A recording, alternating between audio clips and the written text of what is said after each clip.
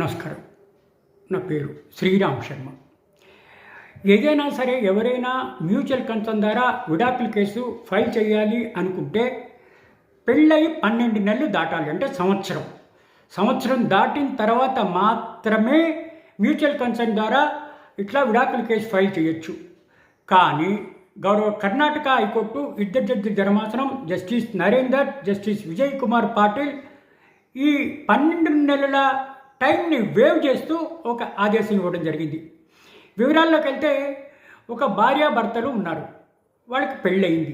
దురదృష్టవశాత్తు మనస్పర్ధలు వచ్చాయి, ఇంకా కంటిన్యూ కాదలుచుకోలేదు.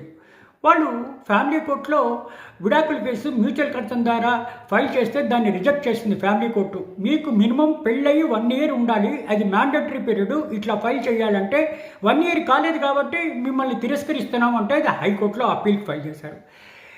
హైకోర్టులో ఇద్దరు జడ్జిల ధర్మాసనం ఇట్లా 1 ఇయర్ వేస్ట్ చేసే అవసరం లేదు, ఈ 1 ఇయర్ పీరియడ్ వేవ్ చేయొచ్చు అని చెప్పేసి వేవ్ చేస్తూ ఇట్లా విడాకులు మంజూరు చేయడం జరిగింది.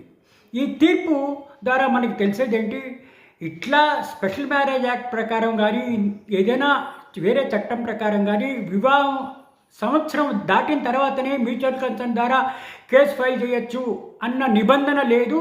ఈ నిబంధనని సడలిస్తూ కూడా చేయొచ్చు అని గౌరవ కర్ణాటక హైకోర్టు ఇద్దరు జడ్జిల ధర్మాసనం ఈ తీర్పు ఇవ్వడం జరిగింది. MFA 3125 of 2023. ఇది ఈ విధంగా ఈ కేసు ద్వారా మనకు తెలిసేది ఏంటంటే, ఇలా మ్యూచువల్ కన్సర్న్ ద్వారా విడాకులు తీసుకోవాలంటే పెళ్ళయి సంవత్సరం దాటిన దాకా వెయిట్ చేసే అవసరం లేదు, ఇట్లా టైం కూడా వేవ్ చేయొచ్చు అని ఈ తీర్పు ద్వారా మనకు తెలుస్తోంది. Thank you.